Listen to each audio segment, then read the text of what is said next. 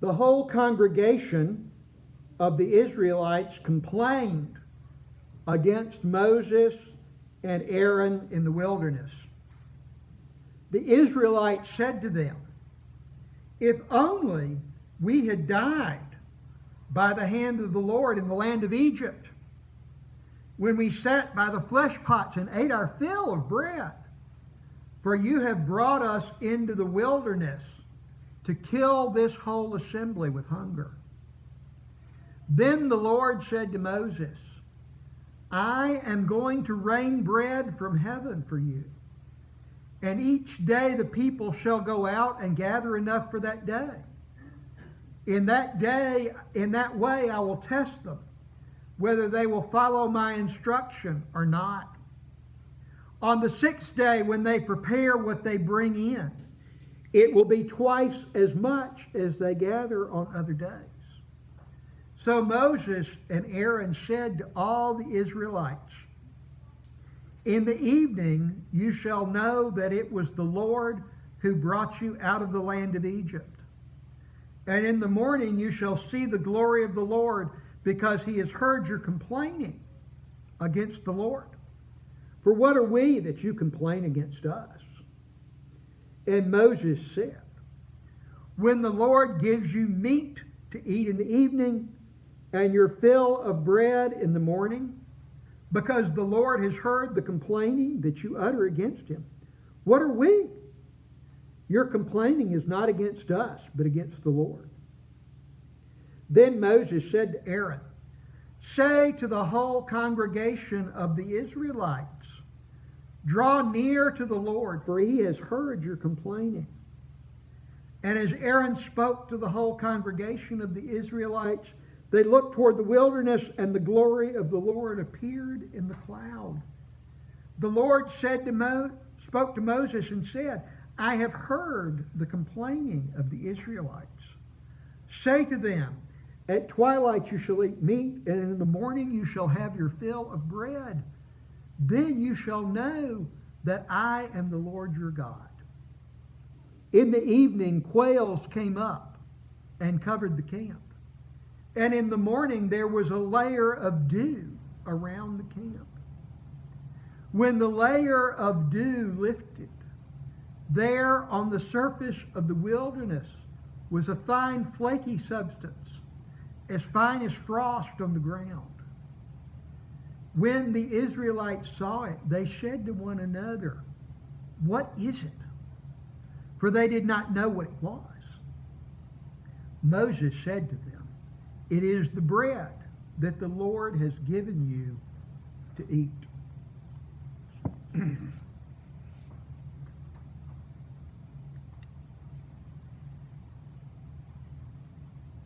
One of the first things parents have to do is learn how to field complaints.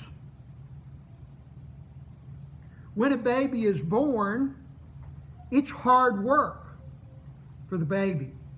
Now, it's hard work for the mother too, but it's hard work for the baby to get born. And so, right after they're born, they're exhausted. And they've got to rest. And so those day or two or three that you're with the baby in the hospital, the baby's tired. The baby's got to rest up. And it'll probably sleep a lot. And you think, "Oh, well, what a sweet baby." And then it's time to take the baby home. And the baby's rested up.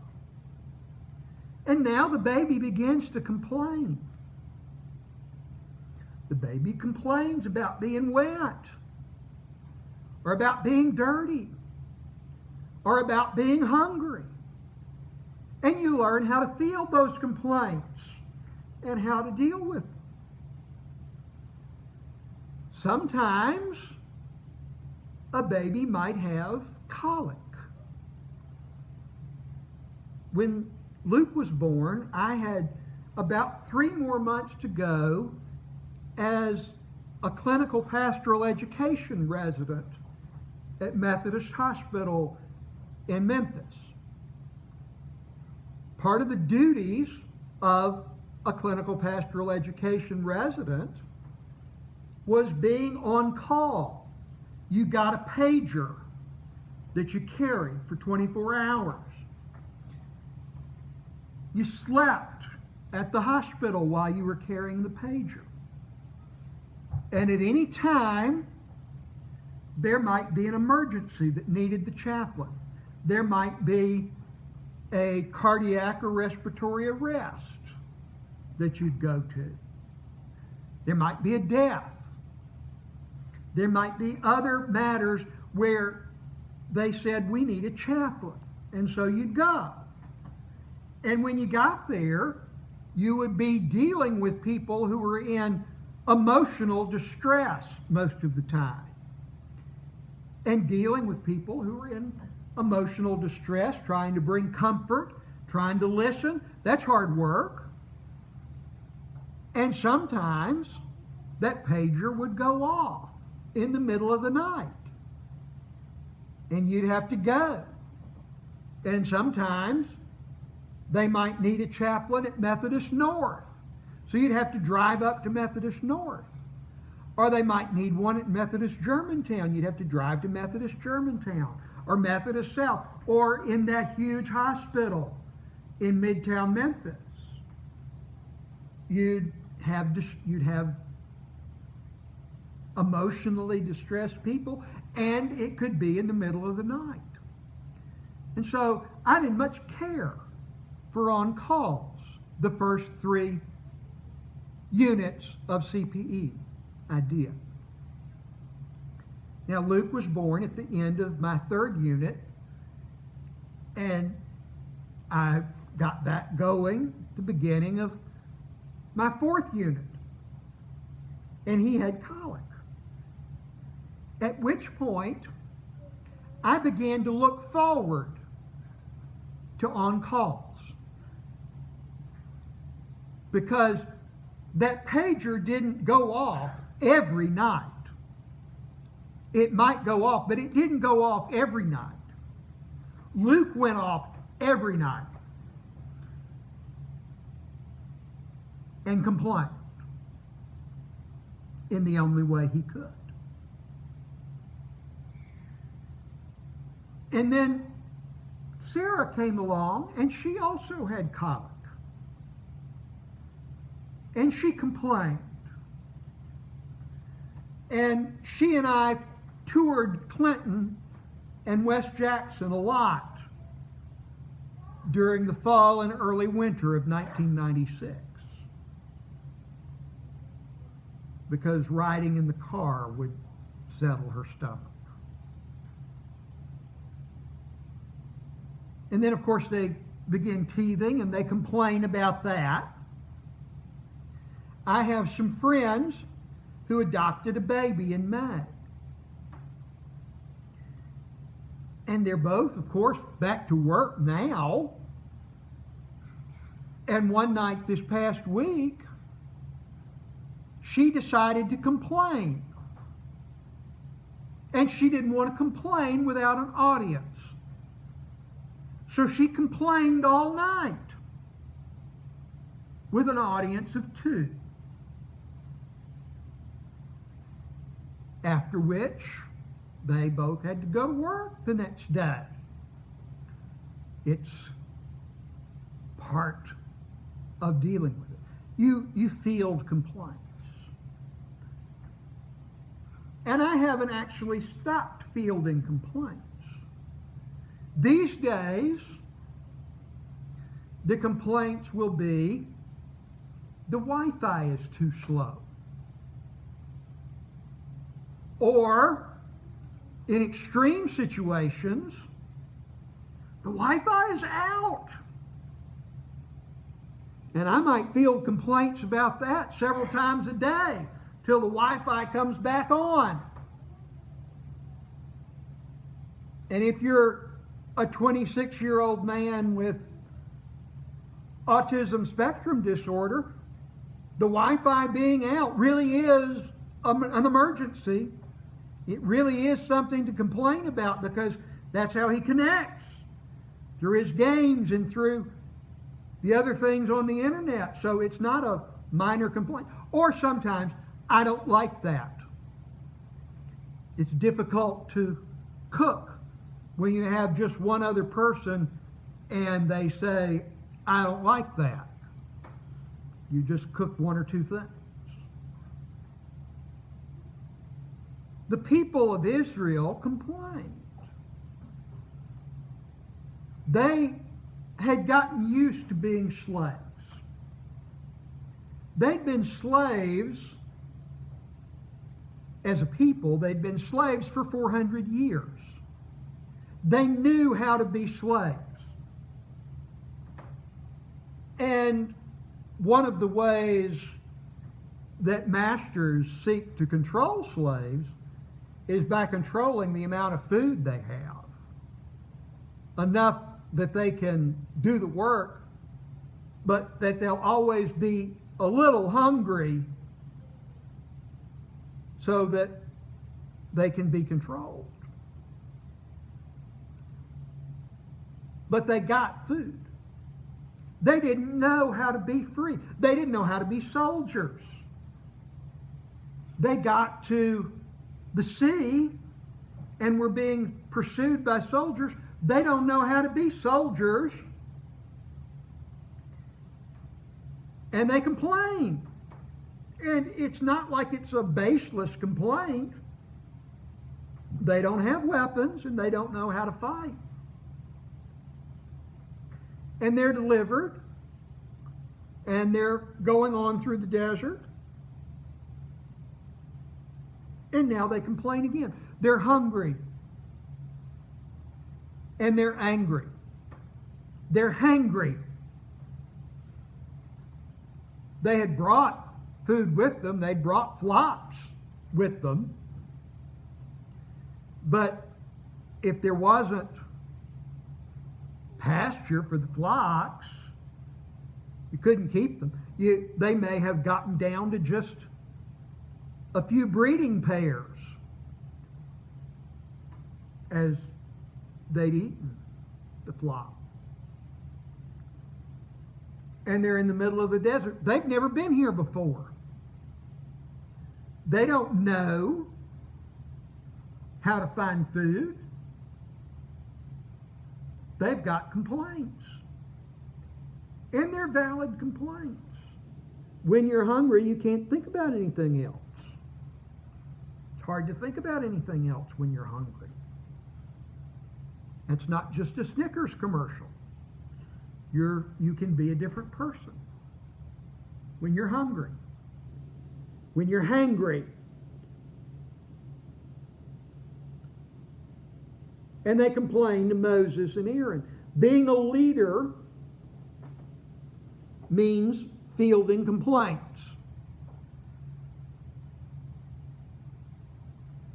They can't see God. They can see Moses and Aaron.